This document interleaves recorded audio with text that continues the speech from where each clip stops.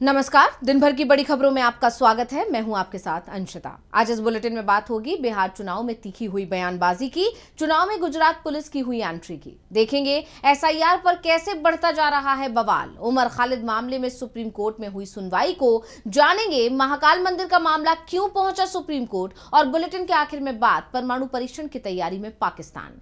लेकिन दिन भर की तमाम बड़ी खबरों से पहले एक नजर आज की सुर्खियों पर। जस्टिस सूर्यकांत का बड़ा बयान, कहा हर महिला को यह विश्वास होना आवश्यक है कि न्याय व्यवस्था उसके साथ खड़ी है। 24 नवंबर से सीजीआई का कार्यभार संभालेंगे जस्टिस सूर्यकांत। अनिल अंबानी पर ईडी का बड़ा action, yes bank loan fraud मामले में ईडी ने की छापेमारी, 40 से अधिक संपत्तियां जब्त। अमेरिकी राष्ट्रपति डोनाल्ड ट्रंप ने चीन को दी चेतावनी, कहा ताइवान पर हमला किया तो भुगतने होंगे गंभीर नतीजे। 2027 से पहले ताइवान पर चीन के हमले की हो रही है चर्चा। हरे निशान पर बंद हुआ शेयर बाजार, 39 अंकों की बढ़त के साथ 83,978 पर बंद हुआ सेंसेक्स। वहीं 41 अंकों की बढ़त के साथ 25,763 पर बंद हुआ निफ्टी। ये तो थी सुर्खियां। अब बात आज की सबसे बड़ी खबर की। बिहार में पहले चरण के लिए प्रचार अभियान कुछ घंटों बाद समाप्त हो जाएगा। 6 नवंबर को पहले चरण में 121 सीटों पर वोटिंग होगी और इसके लिए सभी सियासी दलों ने अपनी पूरी ताकत झोंक दी। पीएम मोदी ने एनडीए की तरफ से प्रचार की कमान संभाली तो आरजेडी चीफ लालू यादव भी चुनाव प्रचार करते दिखाई दिए। तो कौन प्रचार में पड़ा भारी, देखिए ये रिपोर्ट। बिहार चुनाव में बयानबाजी तीखी होती जा रही है। पीएम मोदी ने एक बार फिर कट्टे और गोलियां की बात कर आरजेडी को घेरने की कोशिश की तो आरजेडी ने बिहार में महाजंगल राज का मुद्दा उठा दिया। लालू यादव भी चुनाव रण में उतर पड़े। उन्होंने दानापुर सीट से चुनाव लड़ रहे आरजेडी के रीतलाल के समर्थन में 15 किलोमीटर लंबा रोड शो किया। लालू के रोड शो में जबरदस्त भीड़ दिखाई दी तो मोकामा में जेडीयू उम्मीदवार अनंत सिंह के समर्थन में सम्राट चौधरी और ललन सिंह ने रोड शो किया। प्रियंका गांधी भी बिहार पहुंची और उन्होंने महागठबंधन उम्मीदवार के समर्थन में वोट मांगे। सहरसा में प्रियंका गांधी ने केंद्र और बिहार की सरकार पर हमला करते हुए कहा कि बिहार में एसआईआर करवाकर 65 लाख वोट काट दिए। वोट कटना मतलब नागरिकता खत्म कर देना, ये बड़ी साजिश है। देश में कुछ भी होता है तो ये लोग हमारे ऊपर ठीकरा फोड़ते हैं। इन लोगों को अपमान मंत्रालय बना देना चाहिए। प्रधानमंत्री का समय बहुत कीमती होता है, ये फालतू की बातों में आपका समय बर्बाद कर रहे हैं। बिहार की नीतीश सरकार दिल्ली से चल रही है, आपके सीएम की नहीं सुनी जा रही है। प्रियंका ने कहा कि चुनाव करीब है तो ये लोग 10,000 रुपए बांट रहे हैं। पता नहीं चुनाव के बाद ये लोग क्या करेंगे। पैसे मिल रहे हैं, ले लें, लेकिन वोट सोच समझ कर देना। तो वहीं अखिलेश यादव ने बिहार चुनाव के सहारे यूपी को भी साधने की कोशिश की।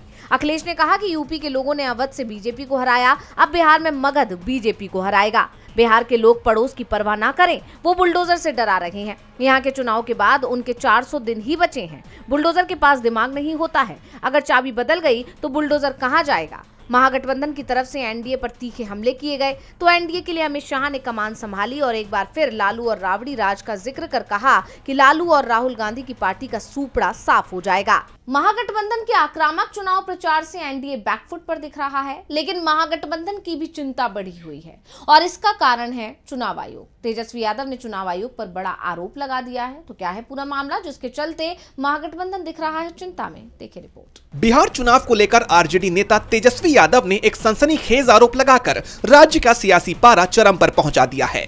तेजस्वी ने कहा है कि बीजेपी को अपनी हार बिहार में साफ साफ दिखाई देने लगी है और इसलिए अब चुनाव में धांधली की कोशिश शुरू हो गई है। बिहार विधानसभा चुनाव के लिए अब गुजरात से पुलिसकर्मी बुलाए जा रहे हैं। ये निष्पक्ष चुनाव प्रक्रिया को प्रभावित करने की सोची समझी साजिश है।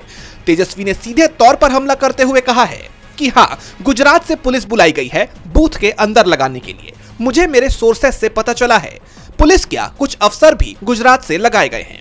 तेजस्वी का आरोप है कि बीजेपी बाहरी पुलिस बल का इस्तेमाल करके मतदान केंद्रों पर दबाव बनाने या बूथ कैप्चरिंग जैसी गतिविधियों को अंजाम देने की कोशिश कर सकती है।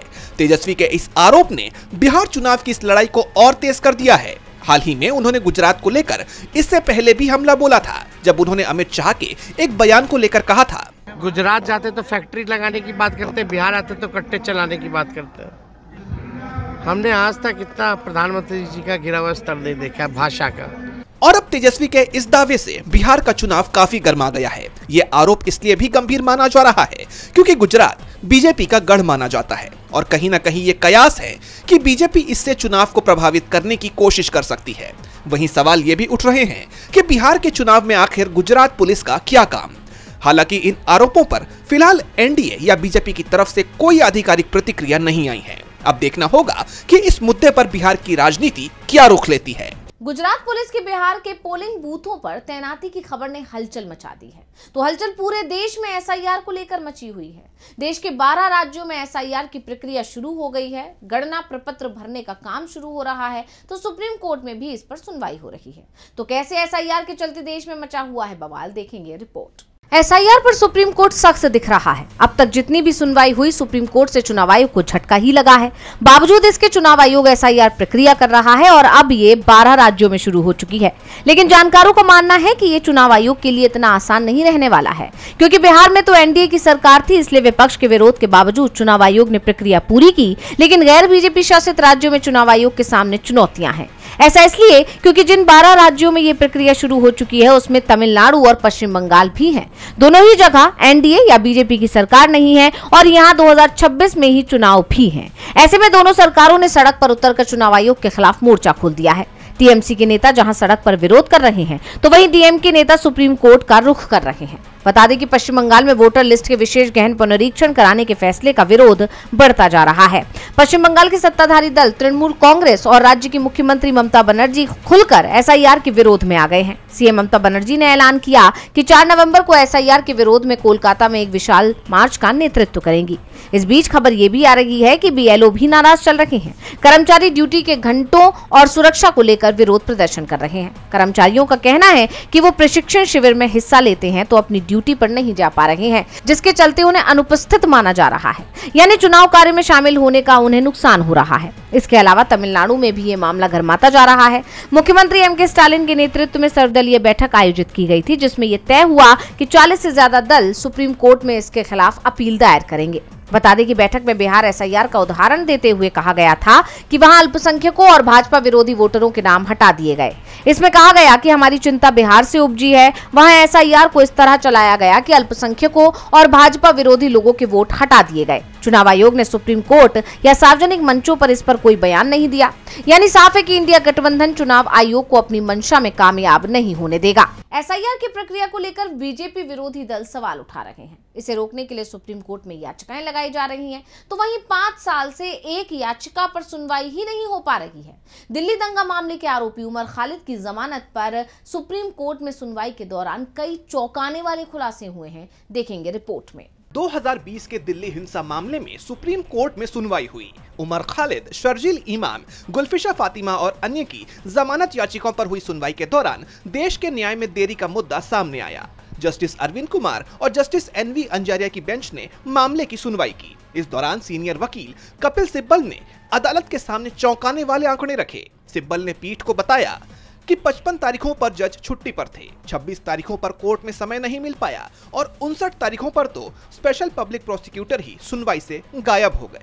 उन्होंने जोर देकर कहा कि 140 से ज्यादा सुनवाइयां केवल सिस्टम की गैर जिम्मेदारी के कारण बर्बाद हो गईं, जबकि दिल्ली पुलिस लगातार ये दावा करती रही है कि आरोपी ट्रायल टाल रहे हैं। सिब्बल ने यह भी स्पष्ट किया कि उमर खालिद का नाम 751 एफआईआर में से केवल एक एफआईआर में दर्ज है और उस एक मामले में भी ट्रायल अभी तक शुरू नहीं हो पाया है। फिर भी वो बीते 5 साल से जेल में है। सुनवाई के दौरान अदालत में कई दलीलें पेश की गईं, जिनमें सीनियर एडवोकेट सलमान खुर्शीद ने कहा कि हम मिलकर प्रत्येक अभियुक्त के लिए 10 मिनट का समय लेंगे, जिस पर जस्टिस अरविंद कुमार ने कहा कि हमारे पास 3 से 17 साल की अवधि वाले 17 जमानत के मामले हैं, हम बस अपना समय समायोजित कर रहे हैं।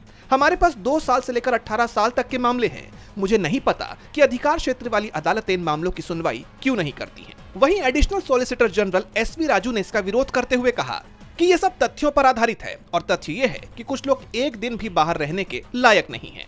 दोपहर बाद की सुनवाई में सिब्बल ने फिर स्पष्ट किया कि उमर खालिद का नाम 750 एफआईआर में शामिल नहीं है। उन्होंने 116 मामलों का उदाहरण दिया जिनकी सुनवाई हुई और निष्कर्ष निकाला गया, जिनमें से 97 में अभियुक्तों को बरी कर दिया गया और 16-17 मामलों में सबूतों के गड़ने के कारण गड़बड़ी हुई। इन तमाम दलीलों को सुनने के बाद कोर्ट ने मामले की सुनवाई के लिए 6 नवंबर को दोपहर 2 बजे की अगली तारीख तय की है। ये मामला न केवल अभियुक्तों के अधिकारों बल्कि न्यायपालिका की कार्यप्रणाली और देश में न्याय के विलंब पर भी गंभीर सवाल खड़े कर रहा है। अब 6 नवंबर को इस मामले में क्या होता है, ये देखना होगा। उम्मीद है कि खालिद और दूसरे आरोपियों को सुप्रीम कोर्ट से जमानत मिल सकती है, लेकिन कोर्ट में एक और सवाल खड़ा हो गया है ये सवाल उज्जैन में महाकाल लोक के निर्माण को लेकर है। दावा किया जा रहा है कि प्रशासन ने पार्किंग बनाने के लिए एक मस्जिद को ध्वस्त कर दिया। तो क्या है पूरा मामला, देखिए रिपोर्ट। उज्जैन का महाकाल लोक मंदिर एक बार फिर से विवादों में घिर गया है। मस्जिद में नमाज अदा करने वाले 13 स्थानीय निवासियों ने आरोप लगाया कि महाकाल मंदिर की पार्किंग को बढ़ाने के लिए मध्य प्रदेश सरकार ने 200 साल पुरानी मस्जिद को तोड़ दिया। इसे मध्य प्रदेश हाईकोर्ट में चुनौती दी गई। हाईकोर्ट से जब राहत नहीं मिली तो मामला सुप्रीम कोर्ट पहुंच गया है।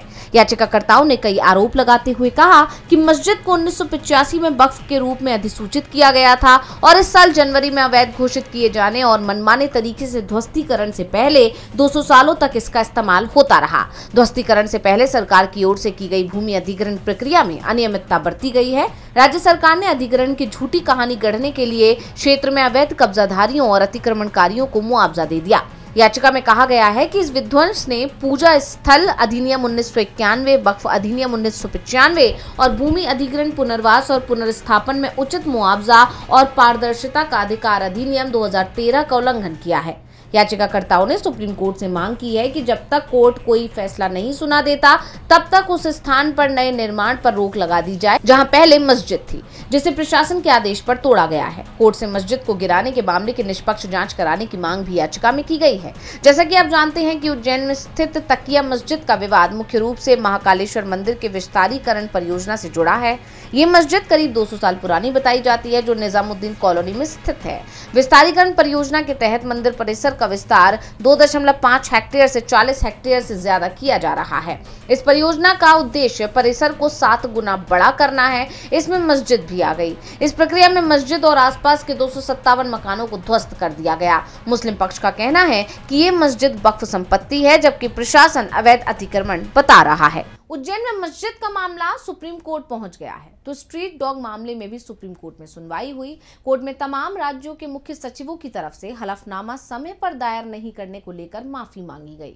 तो क्या हुआ इस मामले में खास, देखिए रिपोर्ट। आवारा कुत्तों के मामले पर सुप्रीम कोर्ट में सुनवाई हुई। आवारा कुत्तों के बढ़ते हमलों की घटनाओं पर कड़ा रुख अपनाते हुए सुप्रीम कोर्ट ने तमाम राज्यों और केंद्र शासित प्रदेशों के मुख्य सचिवों को तलब किया, जिन्होंने कोर्ट में पेश होकर बिना शर्त माफी मांग ली।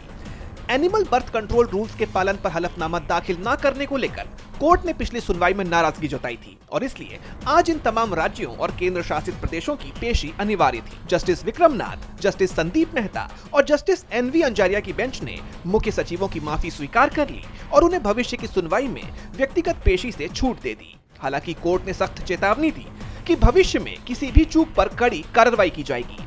कोर्ट ने कुत्तों के काटने से प्रभावित लोगों की याचिकाओं को स्वीकार कर लिया और उन्हें मामले में हस्तक्षेप की इजाजत दे दी है। खास बात यह है कि पीड़ितों को कोर्ट रजिस्ट्री में हस्तक्षेप के लिए जमा राशि से छूट दे दी गई है। वहीं इसके विपरीत कुत्तों के समर्थकों के लिए हस्तक्षेप पर व्यक्तियों को 25,000 रुपए और गैर सरकारी संगठनों यानी एनजीओ को 2 लाख रुपए की जमा राशि अनिवार्य की गई है। कोर्ट ने पीड़ितों की बात सुनने का फैसला किया है। इसके साथ ही कोर्ट ने सरकारी दफ्तरों में कुत्तों को खिलाने की प्रथा पर भी सख्ती दिखाई। बेंच ने कहा, सरकारी संस्थानों में कर्मचारी खुद कुत्तों को बढ़ावा दे रहे हैं, जिससे ये समस्या बढ़ रही है। इस पर कोर्ट जल्द ही आदेश जारी करेगा। कोर्ट का मुख्य जोर आवारा कुत्तों की समस्या को कंट्रोल करने के लिए एनिमल बर्थ कंट्रोल रूल्स का सख्ती से पालन सुनिश्चित करने पर है। ये मामला अब 7 नवंबर को अगली सुनवाई के लिए लिस्ट कर दिया गया है। कोर्ट ने animal welfare board of India को भी इस मामले में पक्षकार बनाया है। अब इन सब के बीच सबकी निगाहें 7 नवंबर को होने वाली सुनवाई पर टिकी हैं। और बुलेटिन के आखिर में बात पाकिस्तान की। पाकिस्तान एक बार फिर परमाणु बम के परीक्षण की तैयारी में है और ये दावा पाकिस्तान के किसी दुश्मन ने नहीं किया है, बल्कि अमेरिका के राष्ट्रपति डोनाल्ड ट्रंप ने किया है। इसके बाद सवाल उठ रहे हैं कि क्या एशिया में परमाणु हथियारों की दौड़ शुरू होने वाली है। ऑपरेशन सिंदूर के दौरान भारतीय मिसाइलें पाकिस्तान में किराना हिल्स तक पहुंच गई थी। ये वो जगह है जहां पाकिस्तान ने अपने परमाणु हथियार रखे हैं और अब खबर आ रही है कि इसी जगह पर पाकिस्तान परमाणु बम के परीक्षण की तैयारी कर रहा है। अमेरिका के राष्ट्रपति डोनाल्ड ट्रंप ने इसे लेकर खुलासा किया। ट्रंप ने कहा कि रूस, चीन, उत्तर कोरिया और पाकिस्तान परमाणु परीक्षण कर रहे हैं, इसलिए अमेरिका अब पीछे नहीं रह सकता है। पाकिस्तान के अलावा दूसरे 3 देशों का भी डोनाल्ड ट्रंप ने जिक्र किया है। वो मीडिया रिपोर्ट या खुफिया रिपोर्ट के आधार पर किया गया है, लेकिन पाकिस्तान को लेकर जो दावा किया जा रहा है वो पुख्ता माना जा रहा है, क्योंकि पाकिस्तान में अमेरिका की सेना की भी तैनाती है। नूर खान एयरवेज को लेकर तो अमेरिका के रक्षा मंत्री ने ही ये कबूल कर लिया था कि यहाँ उनकी सेना के अधिकारियों को भी जाने के लिए अमेरिका से परमिशन लेनी पड़ती है, डोनाल्ड ट्रंप हाल के समय में पाकिस्तान आर्मी चीफ असीम मुनीर से 2 बार मिल चुके हैं, जबकि पिछले दिनों उनकी पाकिस्तान के प्रधानमंत्री शहबाज शरीफ से भी 2 बार मुलाकात हो चुकी है। और अब ये कहा जा रहा है कि इस मुलाकात में पाकिस्तान के परमाणु हथियार को लेकर भी बातचीत हुई थी।